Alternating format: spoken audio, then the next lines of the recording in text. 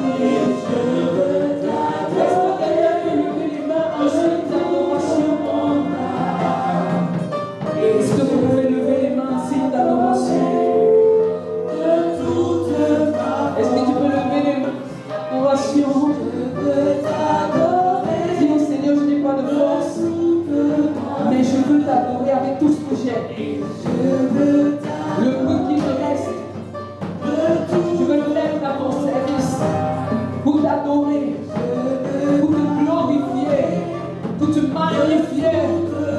Je veux t'adorer, t'adorer, t'adorer, t'adorer. Je veux t'adorer.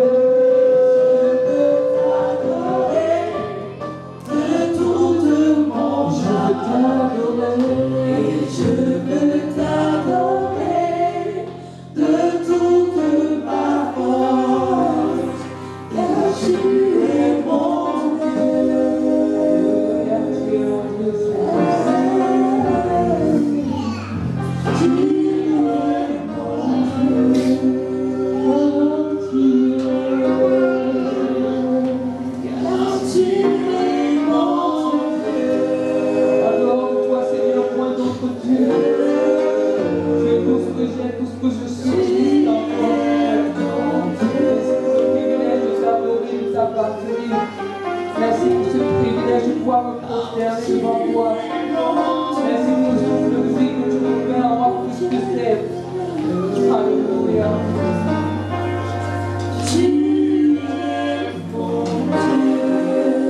Nous offrons l'acclamation pour le Seigneur.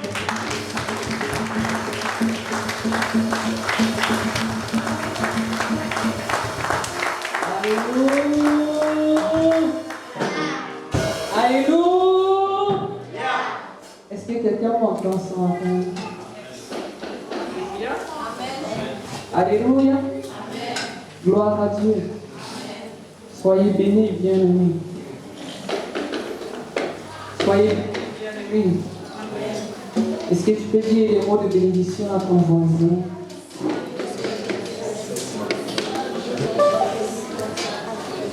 Laissez couler votre inspiration.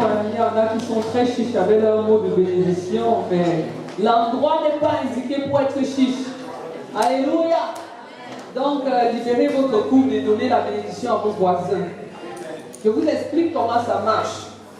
Ce que vous aimeriez qu'on vous dise, dites-le à votre voisin. Est-ce que vous voyez un peu? Qu'aimeriez-vous recevoir comme parole ce matin? Cherchez, regardez à côté de vous, dites la même chose à ce voisin. Le coin-ci ne se parle pas. Mais vous êtes des voisins. Je veux qu'on se parle ici. Je veux qu'on se parle ici. Vous avez tous des voisins là. Alors parlez-vous. C'est aussi ça la maison de Dieu. C'est faire un effort pour se dépasser soi et se soumettre à la loi de Dieu. Alors parlez-vous. Est-ce que les enfants se parlent? Est-ce que vous savez ce qu'on est en train de faire, les enfants? Toutes les bonnes choses que vous aimeriez recevoir, dites-les à vos voisins. Chaque enfant a un voisin, non? Parlez aux autres enfants qui sont à côté de vous, sans réserve. Parce que quand vous parlez de Piri, de Tiri, vous êtes inspiré. Mais je vous préviens que la source de l'inspiration, c'est Dieu. Donc maintenant, vous allez être inspiré pour bénir vos voisins. Donc si tu aimerais avoir un super gâteau ou bien un tas de beignets à la fin du culte, dis aux voisins que je te souhaite des beignets à la fin de ce culte. C'est amusant, c'est simple, mais c'est la vérité. Est-ce qu'il y a quelqu'un dans la salle là qui voudrait se casser le pied à la sortie de ce culte? Donc tu ne vas pas souhaiter à ton voisin de se casser le pied. Alléluia. Ce que tu te veux de meilleur, souhaite-le à ton voisin. Alléluia. En donnant, nous recevons davantage. Alléluia. Il y en a qui ont peur de donner ça ce matin. C'est comme si, s'il souhaite le bien qu'il se veut à lui-même à son voisin, ça ne va plus lui arriver. Non, non, non, libère-toi. Dieu a un stock illimité. Alléluia.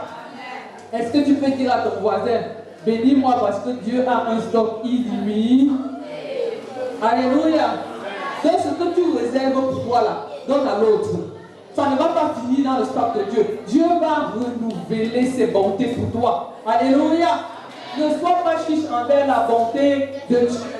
Dieu nous a donné le pouvoir de bénir avec nos bouches. Le problème aujourd'hui, c'est que nous sommes trop silencieux. Bénissez ce matin. Alléluia. Bénissez le Seigneur et bénissez vos voisins. Alléluia. Est-ce que quelqu'un peut lever les mains et bénir le Seigneur? Dis, Éternel, mon Dieu, je te bénis pour tout ce que tu m'accordes comme bonté. Je ne suis pas digne de recevoir tes bontés, mais tu me combles et tu fais tomber sur moi comme une pluie douce ta bénédiction, Seigneur. Pour cette bénédiction-là, je te loue. Je te loue pour la pluie de bénédiction que tu mets sur mes voisins, Seigneur. Nous ne sommes pas dignes, nous ne méritons pas, mais chaque jour tu nous donnes ta faveur. Seigneur, nous voulons t'exprimer notre reconnaissance, car c'est tout ce que nous avons à te donner. Seigneur, c'est tout ce que nous avons à te donner. Levez nos mains vers toi en signe d'adoration, en signe de reconnaissance. Levez vos mains vers lui et bénissez votre Dieu. Que le Seigneur soit béni de Sion, lui qui fit les cieux et la terre. Oh, levons nos mains, levons nos mains vers lui. Bénissons notre Dieu.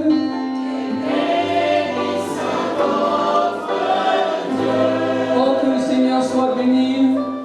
Que le Seigneur soit béni de Sion, lui qui fit les cieux. Oh, levons nos mains vers lui. Bénissons-le et bénissons notre Dieu. Que le Seigneur soit béni de Sion, lui qui fit les cieux et la terre. Levons nos mains vers lui. Bénissons El Shaddai, bénissons notre Dieu. Que l'Éternel soit béni. Que le Seigneur soit béni de Sion, lui qui fit les cieux et la terre. Que l'Éternel soit béni. Que le Seigneur soit béni de Sion, lui qui fit les cieux et la terre. Bénissez-le, bénissez-le, Seigneur, vous tous serviteurs du Seigneur. Vous tenez dans la maison de Dieu, durant les heures de la vie. Oh, bénissez-le, Seigneur, vous tous serviteurs du Seigneur, qui vous tenez dans la maison de Dieu, durant les heures de la vie. Oh, levez nos mains vers lui. Bénissez-le, bénissez notre Dieu. Seigneur, que le Seigneur soit béni de Sion, lui qui fit les cieux, lui qui fit les cieux, lui qui fit les cieux, lui qui fit les cieux.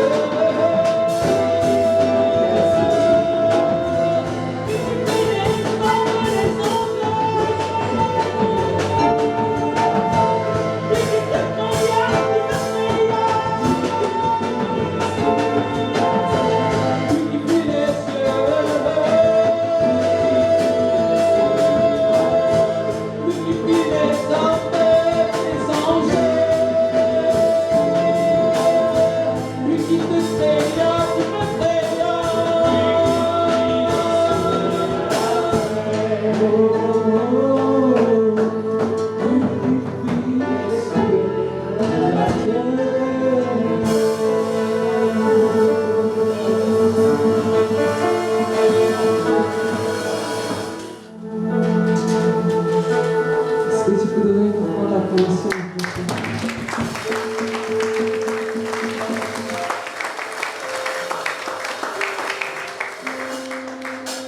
Je voudrais encore parler, probablement en chanson, Ce que je veux dire en chanson, je vais essayer de le dire avec des mots simples. Alléluia. Je vous préviens, je n'ai pas une prédication très structurée ce matin. Mon bord est un peu défaillant. Mais ne vous inquiétez pas. Le Seigneur avait dit à ses disciples que lorsqu'on vous amènera devant les tribunaux, ne vous inquiétez pas de ce que vous... Alors je ne m'inquiète pas non plus de ce que je dirai. Alléluia. Ce matin, je voudrais parler de la vérité. Mais je vais parler de la vérité de façon très simple.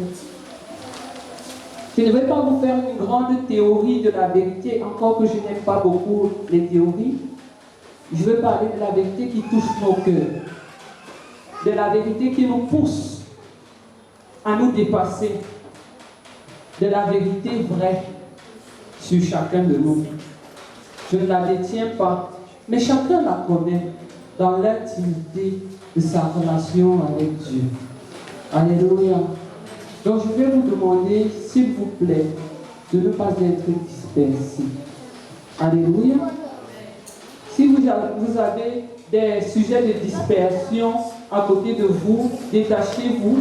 Si ce sont les enfants, envoyez-les vers quelqu'un d'autre. Il y a la sœur Mary qui est là, elle sait bien s'occuper des enfants. Donc si vous avez des enfants qui jouent à côté de vous, envoyez-les vers la sœur Mary. On ne va pas parler longtemps, mais il faudrait que pendant qu'on parle, qu'on se dise des choses qui peuvent nous aider. Parce que ça ne sert à rien de venir ici tous les dimanches et de ne pas entendre les choses qui t'aident et de ne pas ouvrir ton cœur pour recevoir ce qui peut t'aider. Alléluia. Est-ce que quelqu'un est avec moi ce matin? Lorsque je me suis baptisé, il y a de cela beaucoup d'années quand même, une vingtaine, le pasteur qui me baptisait, au bord de l'eau, parce que c'était la pratique de les mettre, l'Église messianique et évangélique du Cameroun, par le ministère de laquelle j'ai cru, faisait confesser les péchés. Et moi, ce jour, après avoir confessé mes péchés, le pasteur m'a dit, si un homme vient te chercher avec une belle voiture, est-ce que tu vas partir avec lui? Et je l'ai regardé intrigué.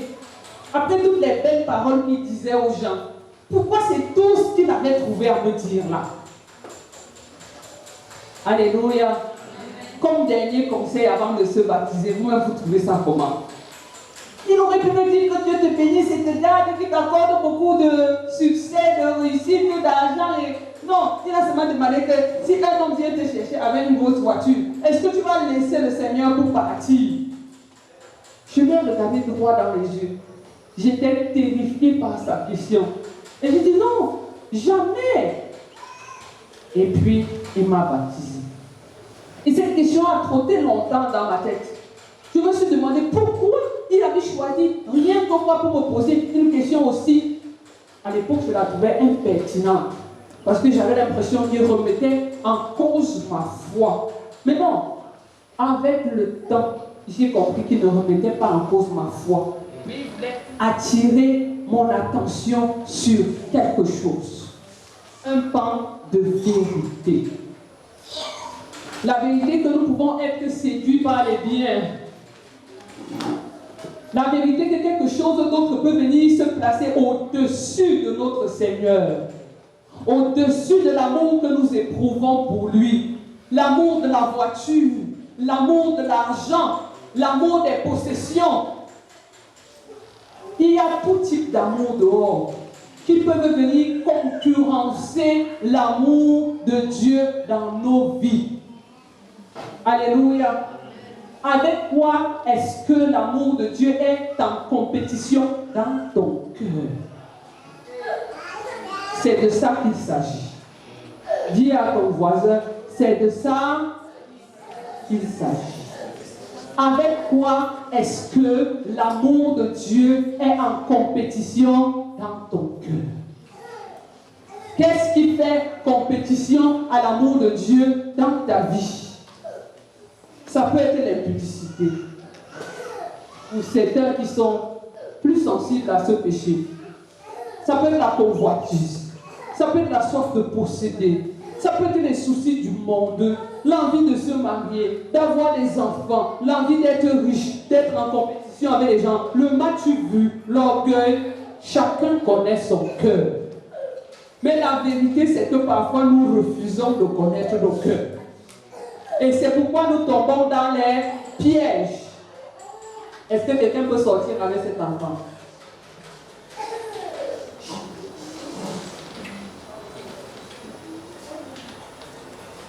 Parfois, nous refusons de reconnaître nos cœurs. Et quand nos cœurs sont dépeints par la parole de Dieu, nous les attribuons aux autres. Quand la parole vient et qu'elle te touche, tu mets le bouclier sur ton cœur. Tu dis, ça c'est pour le frère Arnaud. Ça c'est pour le frère Lazare. Ça c'est pour le frère Mouniol. Ça c'est pour tel. Ce qui est pour toi, tu mets le bouclier. C'est pourquoi aujourd'hui je parle de la vérité. Alléluia. Beaucoup d'enfants de Dieu fonctionnent avec des boucliers ou bien des parapluies. Quand Dieu envoie sa pluie de vérité, on allume le parapluie au-dessus, on dit ne me touche pas. Alléluia. Vous savez, s'il pleut et que je prends mon parapluie, là, quand je vais entrer dans la salle-ci, il n'y aura pas une goutte d'eau sur ma tête. Vous savez ça? C'est pour vous dire qu'il peut y avoir une pluie du Saint-Esprit là où vous êtes. Il peut y avoir une quantité indescriptible de l'onction du Saint-Esprit là où vous êtes. Mais si vous avez choisi de mettre votre parapluie, cette vérité ne touchera pas vos cœurs. Et si elle ne touche pas vos cœurs, vous ne serez pas transformés. Alléluia. Jésus a dit, je suis le chemin, la vérité. Et là, est-ce que quelqu'un connaît le passage? C'est dans le livre de Jean, chapitre 14, verset. Jésus dit, je suis le chemin, la vérité et la vie. Beaucoup de personnes s'accordent pour dire que Jésus est le chemin. Très peu de personnes s'accordent pour dire qu'il est la vérité. Parce que l'accord avec la vérité, c'est un accord qui va de Dieu à toi. Pour que Jésus soit ta vérité, il faut que ce soit une relation de lui à toi. Alléluia. Parce que ma vérité de Jésus n'est pas nécessairement la tienne. Ta vérité de Jésus va se construire à travers les expériences que vous aurez dans votre relation personnelle et intime. Alléluia. Amen. Et si tu as un petit parapluie, quand l'eau de la vérité tombe, quand la pluie de la vérité tombe, qu'est-ce que tu vas construire? Que sera ta vérité de Jésus? Alors ta vérité de Jésus pourrait être un Jésus incapable, un Jésus limité, parce que tu as fixé la limite du parapluie. Ces derniers jours-ci, à plusieurs reprises, j'ai pensé que j'ai frôlé la catastrophe. J'ai frôlé la catastrophe avec plusieurs sortes d'épreuves. Et la pire chose qui me serait arrivée, c'était de me perdre, de me détacher de mon Jésus, de la réalité qu'incarne mon Jésus. Parce qu'il y a une réalité pour chacun de nous. La perception du Christ n'est pas la même que pour vous. Elle n'est pas la même chez vous que chez lui que chez moi. La mienne est très haute. Parce que depuis mon enfance, on me l'a appris comme quelqu'un de vivant. Il est aussi perceptible que Raymond l'est là en ce moment. Mais il y a des personnes qui n'ont jamais vu Jésus dans cette dimension. Jésus est une fable. Alléluia. Amen. Alléluia. S'il est une fable et que vous perdez la fable, qu'avez-vous perdu? S'il est une réalité et que vous perdez sa personne, qu'avez-vous perdu? Là, vous avez tout perdu. Là, vous avez perdu quelque chose de fort. J'ai perdu une cousine il y a très longtemps. Vous savez, parfois, il y a des gens que tu croises dans ta vie, tu ne le sens pas. Ce n'est pas qu'il est mauvais, il n'a pas d'impact sur toi, il n'a pas de signature sur toi. Ça peut passer. Mais elle avait une signature sur moi. Elle avait un impact sur moi. Et quand je l'ai perdue, j'ai pleuré. Avant elle, je n'avais pas beaucoup pleuré les morts. Parce qu'il n'avait pas de signature sur moi. Leur départ, c'était juste un départ de plus. Et quand j'ai pleuré cette personne, j'ai senti ce que c'est que de perdre quelqu'un qui a un impact sur toi. Quel impact que le Saint-Esprit a sur vous? La question que je vous pose, c'est celle-là aujourd'hui. Il y a des chrétiens qui manquent de la présence de Dieu. Ils ne sentent pas la douleur de n'avoir pas la présence de Dieu. Ils ne sentent rien parce qu'ils ne sont jamais venus au contact de la personne de Dieu. Avez-vous déjà pleuré quelqu'un que vous aimiez? Avez-vous déjà pleuré quelqu'un que vous avez connu? Connaissez Dieu. Et vous ne pourrez pas vivre sans sa présence. Connaissez ce côté douloureux de sa personne qui est la vérité. C'est le côté que nous refusons d'affronter parce que sa vérité choque avec nos émotions, parce que sa vérité choque avec nos aspirations, parce que sa vérité choque avec notre chair. Mais il n'a pas dit qu'il allait nous révéler la vérité pour nous tuer. Après ce choc, il y a une vie. Alléluia. Accepte que la vérité du Seigneur choque tes émotions. Accepte qu'elle froisse tes aspirations. Accepte qu'elle froisse tes désirs orgueilleux. Accepte qu'elle froisse ton impudicité, tes mauvaises pensées. Accepte qu'elle froisse la haine, la jalousie. Accepte qu'elle froisse les inquiétudes. Accepte qu'elle froisse l'avidité, la cupidité. C'est en cela que le Seigneur est la vérité, parce qu'il est capable de te dire dans un cœur à cœur, mon fils, ma fille, il y a l'impudicité en toi. Dans ce cœur à cœur là avec mon pasteur, il me disait, veille sur la question de l'impudicité, parce que ça pourrait t'emporter. Il y a des enfants de Dieu, quand tu veux toucher, non, est-ce qu'il y a que le verset biblique là dans la Bible? Résous ça. Alléluia. Si tu veux te toucher à la sorcellerie, est-ce que la Bible parle même de ça? Résous ça. Si tu veux toucher au vol, le Saint-Esprit est là pour me pardonner. Je me suis repenti l'instant d'après, la seconde d'après. Ce n'est pas si grave que ça. Frère, lorsque nous ne tenons pas dans la vérité, tout ce que nous faisons est laid.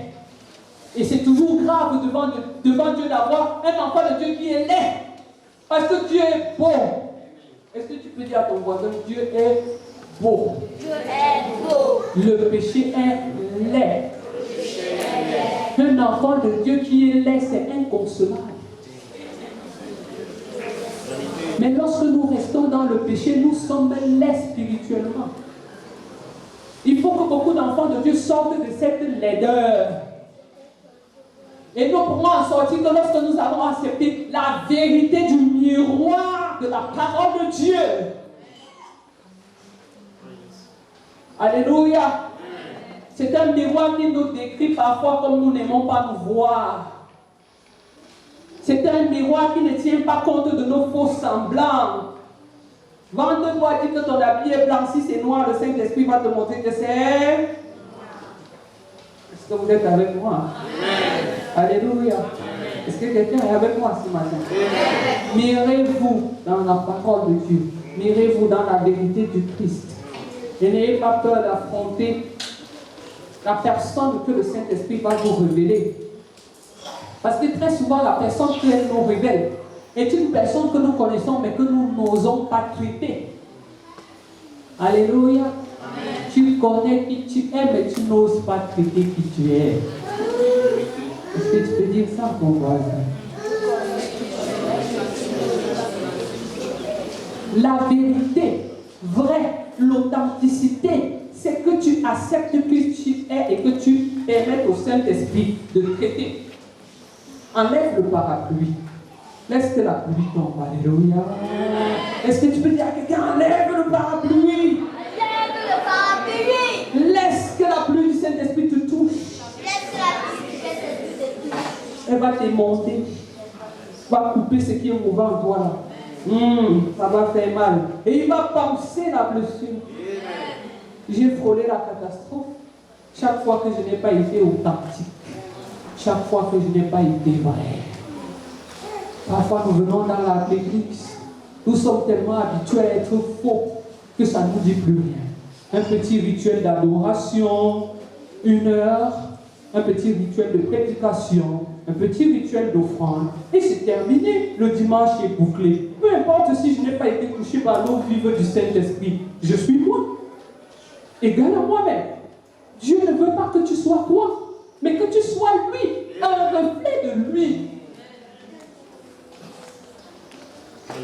Accepte de te laisser toucher, accepte de te laisser émonder. Quand nous lisons dans le livre de Actes des Apôtres, Actes chapitre 2,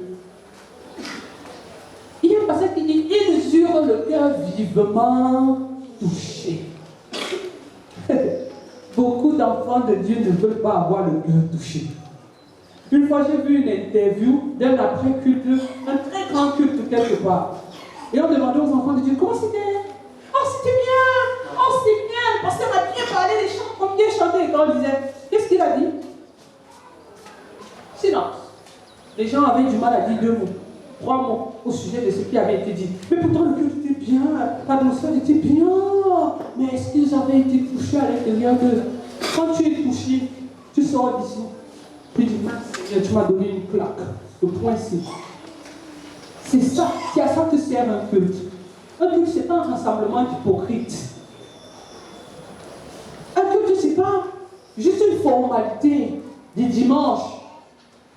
Jésus n'est pas venu pour faire les formalités, il est venu pour impacter.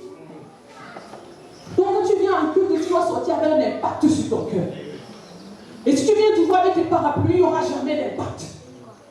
Il est temps d'enlever nos parapluies et de dire, Saint-Esprit, me voici, impacte-moi.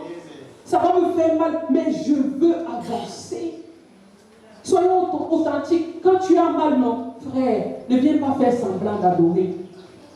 Assois-toi, car dis, Saint-Esprit, moi j'ai trop mal. Même chanter, là, il n'y a pas moyen aujourd'hui. Ça, c'est l'authenticité. Imaginez l'aveugle Bartimée qui était assis à la porte en train de demander son aumône. Quand il a entendu que Jésus passait, imaginez qu'il se soit mis à dire à Jésus, oh Jésus, je t'adore. Oh Jésus, ma vie est belle. Oh Jésus, sois exalté. Parce que tu es le Fils de Dieu très haut. C'est ce que nous faisons.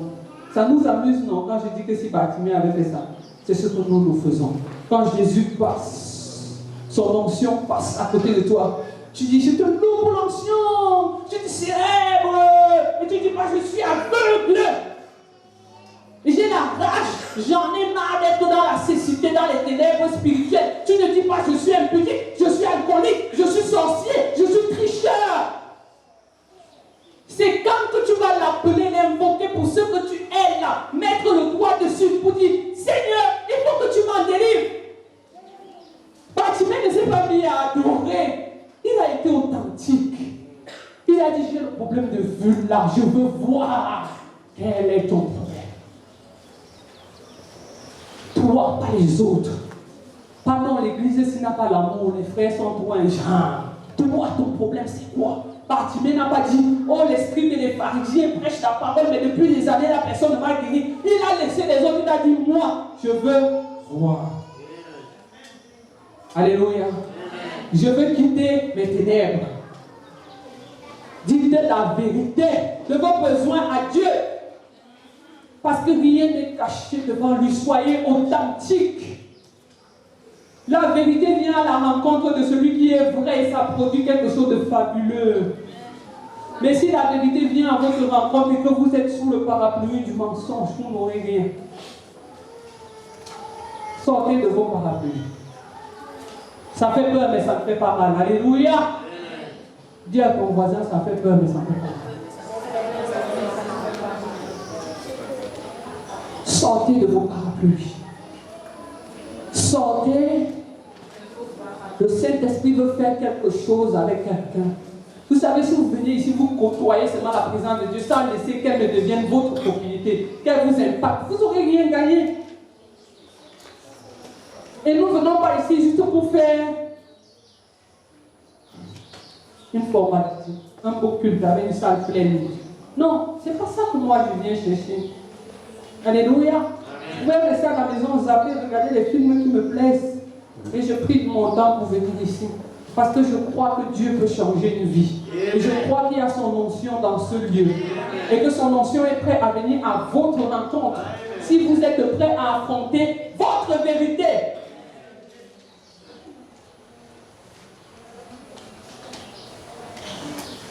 Le Saint-Esprit veut te parler. Et il va entrer dans une relation positive avec toi. Alléluia. Est-ce que tu es prêt? Alléluia.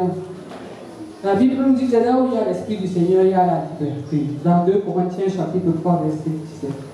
Il y a les enfants de Dieu qui ne connaissent pas la liberté et qui sont des jugeurs professionnels parce qu'ils n'ont pas l'Esprit de Dieu. Tout ce qu'on fait en dehors de l'Esprit de Dieu n'est qu'une fausse fabrication. Ce n'est pas authentique. Tu fabriques la joie, ce n'est pas authentique.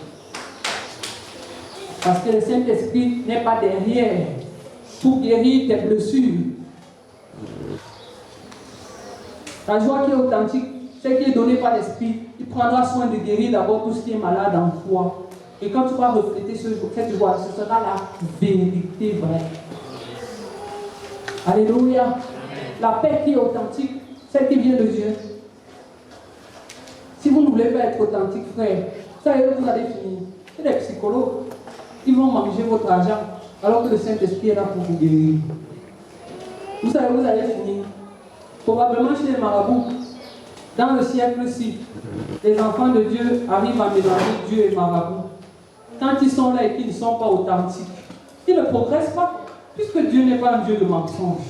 Tu n'es pas authentique, tu ne vas pas progresser dans ta relation avec lui, ça va se voir. Et quand tu vas voir que tu ne progresses pas, tout le monde vient. Il grandit, tout le monde vient. Il grandit, toi tu es tout sur place. Tu vas commencer à chercher des voies de contournement pour grandir.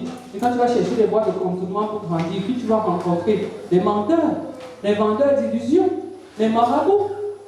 Ceux qui vont te dire, écartons-nous de Dieu pour aller chercher ce que tu veux là. Soyez vrais, même dans vos motivations. Soyez authentiques. Si on vous demande pourquoi vous venez ici, vous allez dire que vous venez pourquoi? Vous venez voir le pasteur Gilbert. Vous venez pourquoi? Vous venez voir Maman Chouchou. Vous venez pourquoi? Quelle est la vérité de vous-même? Pourquoi vous êtes ici? Soyez authentiques. Qu'attendez-vous de ce ministère? Que faites-vous dans ce ministère? Vous venez parce que c'est la famille. Vous venez parce que vous y avez un ami. Vous venez parce que vous avez votre patron. Arrêtez, ça ne vous apporte rien. Venez pour la rencontre de Dieu. Frère, j'ai frôlé la catastrophe chaque fois que je n'ai pas été authentique. Chaque fois que j'ai eu une douleur dans ma vie et que j'ai dit, Seigneur, je souris.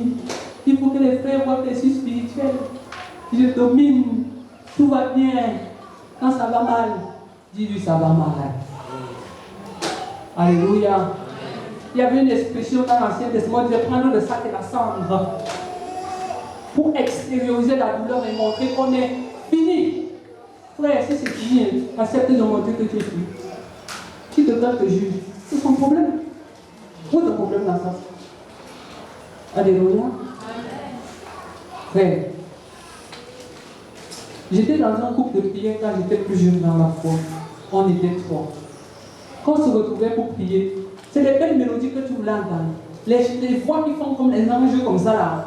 Un jour, une soeur nous avait dit, l'une des trois arrêtons ça. Concentrons-nous sur le Seigneur. Parce que c'est que nos esprits étaient préoccupés juste à faire un beau moment conformément aux hommes. On a fait des belles prières, on a parlé en langue, on a prié pour toute l'église. Et nos cœurs sont comment? On n'a pas parlé de l'impudicité qui est dans nos cœurs. Mais on a parlé en langue. On a chanté des jolies mélodies. On n'a pas parlé des péchés qui nous rongent. Mais on a passé un bon moment de culte. Et c'était très bien. Frère, quand vous avez des amis dans la foi, l'amitié là, ça sert à faire quoi? À s'entraider spirituellement. C'est à l'ami là que tu dois dire ça ne va pas. Tu as déjà appris qu'ici, tu as dit ça ne va pas, je veux sortir de ce truc. Il y a tel péché dans ma vie. Je suis comme Bartimée, je suis aveuglé par cette chose, je veux sortir de là. Tu as appris qui? Mais à la fin du culte, tu es l'ami de tout le monde, on se sourit. On rit, on va aller en enfer en riant. Frère, soeur, réveillons-nous. Soyons vrais. Ça, c'est le lieu où on vient chercher la vérité. Il y a presque 10 ans, quand on ouvrait ce ministère, on avait dit qu'on ne peut pas faire un ministère d'hypocrite. Ce n'est pas un parti politique. Quand je vois Mary, je suis jusqu'ici, pourtant mon cœur est plein d'amertume. Arrêtons. Le Saint-Esprit veut que nous soyons vrais. Le Saint-Esprit veut que nous soyons authentiques. Si tu n'arrives plus à sourire avec le frère, va à côté, tu dis que ça ne va pas. Ou tu vas chercher le Saint-Esprit, tu dis que ça ne va pas parce que moi-même j'ai un problème. Lave-moi. Vous pensez que nous, les adultes, là, c'est facile de nous laver. Vous allez aller laver quelqu'un qui est sale. D'abord, je ne parle pas sur quelqu'un, sur laver quelqu'un d'autre, je parle de laver vous-même. Quand vous avez les aisselles qui sentent mauvais, c'est agréable. Mettez le savon, vous sentez l'odeur qui monte. Alléluia. Quand on dit que le Saint-Esprit nous lave, vous pensez que c'est facile. Toi, tu veux que le Saint-Esprit te lave. Il te lave, tu ne sens pas la douleur. Il te lave, tu es intact. C'est impossible. Si le Saint-Esprit doit nous laver, il va changer des choses qui vont nous faire mal. Il va bouleverser quelque chose dans tes habitudes. Et si tu ne veux pas que le Saint-Esprit bouleverse dans des choses, dans tes habitudes, tu n'auras rien. Tu vas passer, côtoyer sa présence comme ça. À gauche, à droite, à gauche, à droite. 1 an, 2 ans, 4 ans, 5 ans, 10 ans, 15 ans, 20 ans. Vieux chrétien spirituel, mais tu n'as pas de fruits. Parce que tu n'es pas authentique. Et que le Saint-Esprit ne peut pas valider le mensonge. Le Saint-Esprit ne peut pas valider l'inauthenticité. Tu auras la validation des hommes. On va même te donner le titre. Tu es apôtre, tu es évangéliste, tu es super pasteur. Mais tu n'auras pas la validation du Saint-Esprit. Parce que lui, il est la vérité. Est-ce que quelqu'un peut retourner à la vérité? Même si ça demande que tu t'humilies, que tu reconnaisses que tu n'as pas les fondamentaux.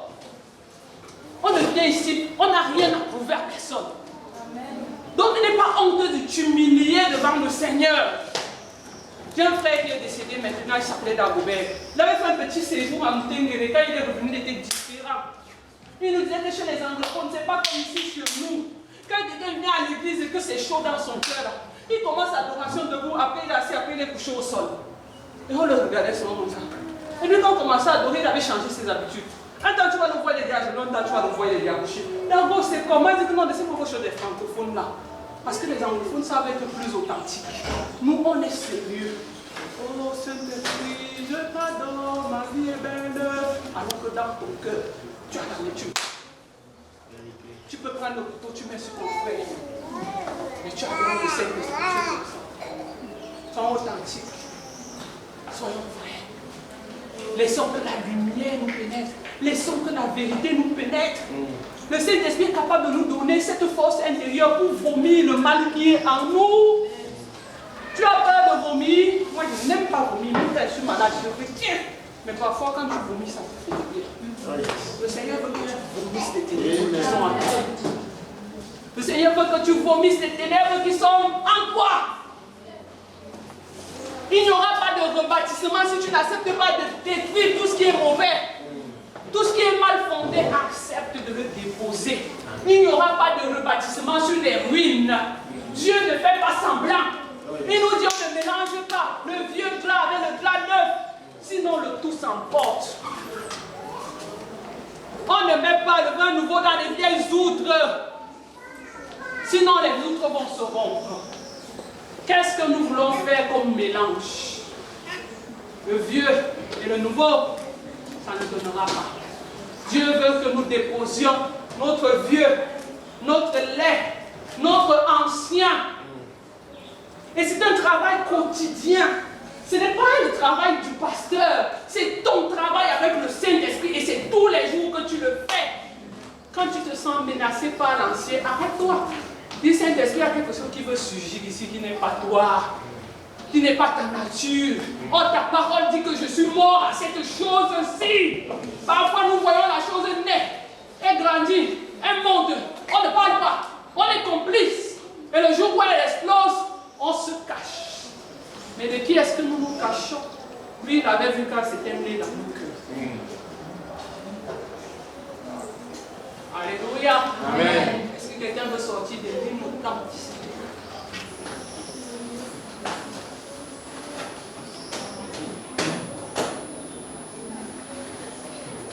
terminer ma prédication de ce jour, je voudrais parler avec quelqu'un qui veut parler dans la vérité. Je voudrais prier pour quelqu'un qui veut changer.